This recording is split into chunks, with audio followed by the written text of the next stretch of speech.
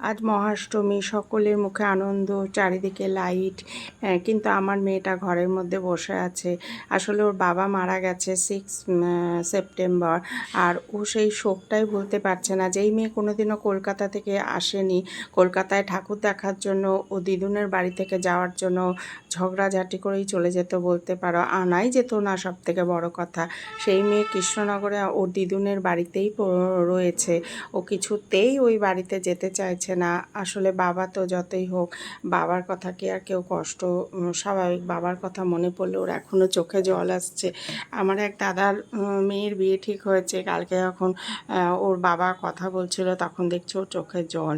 আর ওর চোখের জলটা কি বলো তো, আমার মেয়ে একটু চাপা টাইপের, তোমার সামনে দেখাবে না, কিন্তু আমি তো মা, ওর প্রতিটা পদক্ষেপ আমার থেকে তো কেউ বেশি বুঝবে না, তাই না?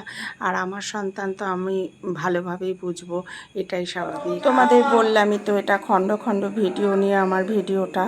আর সত্যি কথা বলতে কি, জানতাম না যে কিভাবে, দেখো, মানুষের জীবনে যখন দুঃখ আসে কোন দিক দিয়ে আসবে কেউ বলতে পারে না।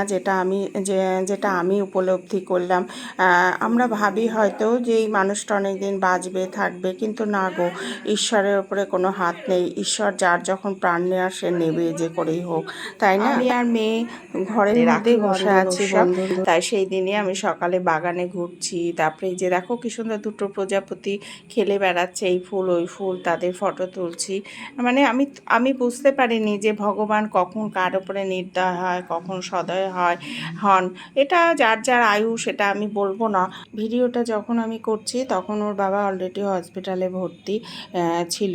আর তারপরে এমন অসুস্থ, উনি 3 দিন তো পুরো অজ্ঞানী ছিলেন। তারপরে বারবার অ্যাটাক হচ্ছিল। এমনি করে 14 দিনের যুদ্ধ শেষে চলে গেল। কিন্তু জানো তো বন্ধুরা, আমি ভেবেছিলাম 10 দিন আগে যে না, বোধহয় বেঁচে যাবে। বাবা খুব অসুস্থ, 6-7 দিন থেকে শুধু ছোট আর ছুটি। তা উনি উঠে বসবেন না, স্থিতিতে এমনি থাকবে, তাই না? এই দেখো রান্নাঘরে, এখন আবার হসপিটালে বেরোবো। 9টার মধ্যে বেরিয়ে যেতাম, আর রাত্রি 9টা 9:30 আসতাম। সারাদিনই হসপিটালেই আমার থাকতে হতো। আসলে কিছু করার নেই। আরই বললাম তো, খণ্ড খণ্ড ভিডিও, কোনোটার সঙ্গে কোনোটার ম্যাচিং হবে না। এটা আবার কিছুটা ওই রাখি বন্ধনের ভিডিও এমনি করেই। তা বন্ধুরা, তোমরা পাশে থেকো, দেখতে থেকো। পরবর্তীতে খানিকটা করে নিয়ে আসবো, এবার থেকে ভিডিও করব নিয়মিতই। আর তোমরা এমনি করে সাবস্ক্রাইব করে দিও আমাকে, আর অবশ্যই একটা লাইক করো আর কমেন্ট করো, আর সাথে পাশে আমার থেকো। আমরা এখন মা মেয়ে অসহায়, একা, আমাদের আর কেউ নেই গো। আমাদের মা মেয়ে, এই যে পুজোকালের দিন মেয়ের মতন ওই ঘরে বসে আছে। আমি এই যে তোমাদের সাথে ভিডিও করছি, আর এটা তো আগের ভিডিও, তোমাদের বললামই। হ্যাঁ চল, রেডি হ, রেডি। ওটা দাও নিয়ে যাই, ওটা দাও ঘরে নিয়ে যাই। ওই যে, হ্যাঁ, ও ফেলে দেবে না চাবি। দাও দাও, তুমি ওটা দাও, এটা দরকারি। রাখ তো বাবা এখন। না, এটা ইয়ে আছে না, এই যে রেগুলেটরের ইয়ে আছে।